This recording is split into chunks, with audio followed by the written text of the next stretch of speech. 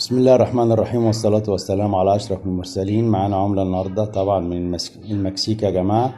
العملة دي مكسيكية زي ما حضراتكم شايفين. الصك بتاعها سنة 1981. احنا بنتكلم على العملات الأجنبية لكن ما نعرفش طبعا الرسومات اللي عليها ولا دلالة الرسومات اللي عليها.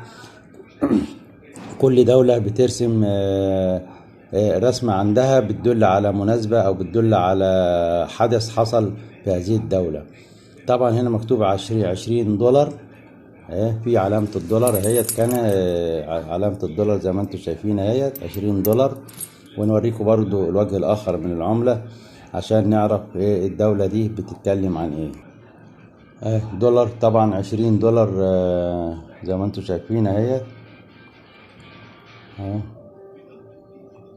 مكسيكي، مكسيكو اهي، في هنا علامة كلمة مكسيك اهي زي ما حضراتكم شايفين. مكسيك، دولة المكسيك بتتعامل بالدولار، وطبعا الرسومات ديت بتدل على حاجة في دولة المكسيك.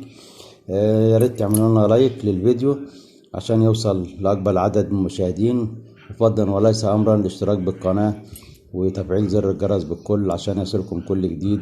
والسلام عليكم ورحمة الله وبركاته، وكل عام وانتم بخير بمناسبة عيد الأضحى المبارك.